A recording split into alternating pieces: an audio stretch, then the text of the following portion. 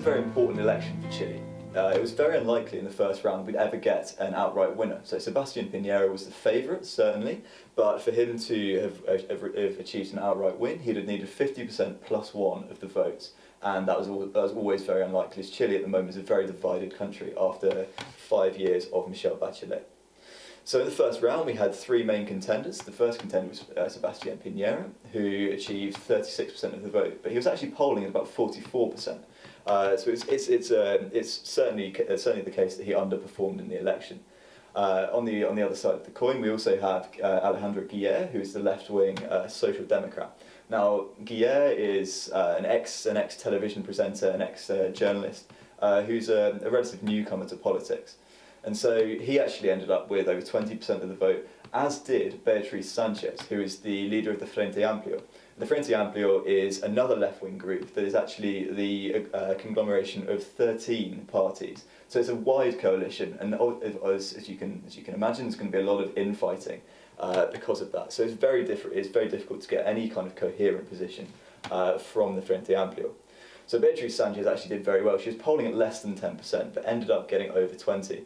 So we've got the vote split in three kind of very distinct directions. We've got kind of the centrist in Guillier, centre-left, the further left in Sanchez, and then you have Piñera himself, who is the kind of conservative voice of the traditional elite in Chile.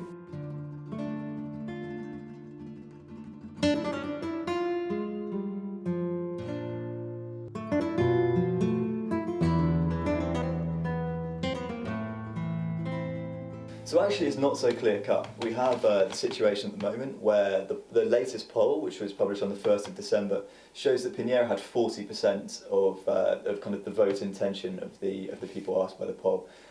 Guillier, on the other hand, had 38%. So it really does depend on how Guillier manages to mobilise those that supported Sanchez in the first round of the election, who was a kind of ideologically similar to himself. And on the part of Piñera, if he can then take the votes off Cast, who was a kind of far-right candidate who actually won 8%, surprisingly, in the first round.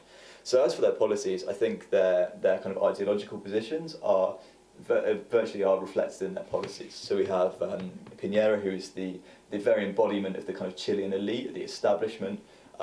He has very strong links to the church, and in that regard, we have a link with the issue of abortion.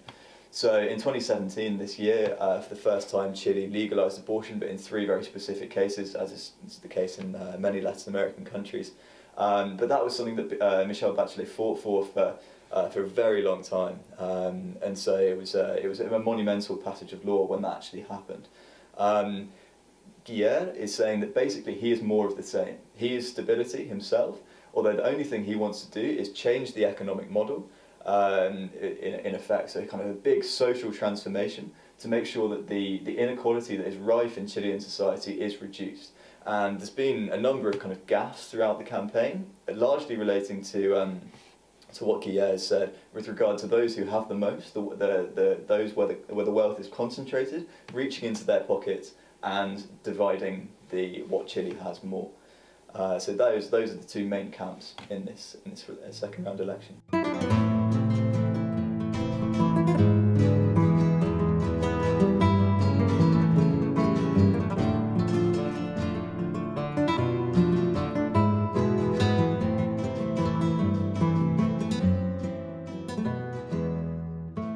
No, I don't think it's the end of the left in Latin America. I think that certainly the pink tide seems to be receding across the region in a number of countries. So you look at the examples of Cristina Fernandez in Argentina losing power, Lula and the Workers' Party, and Dilma Rousseff, and her kind of fall from grace, although obviously she lost power in the end through the courts rather than through an election. So I think that you can certainly make the case for the pink tide receding, and I think that were Piñera to win in this election, would certainly be kind of more compelling evidence for the recession of the pink tide.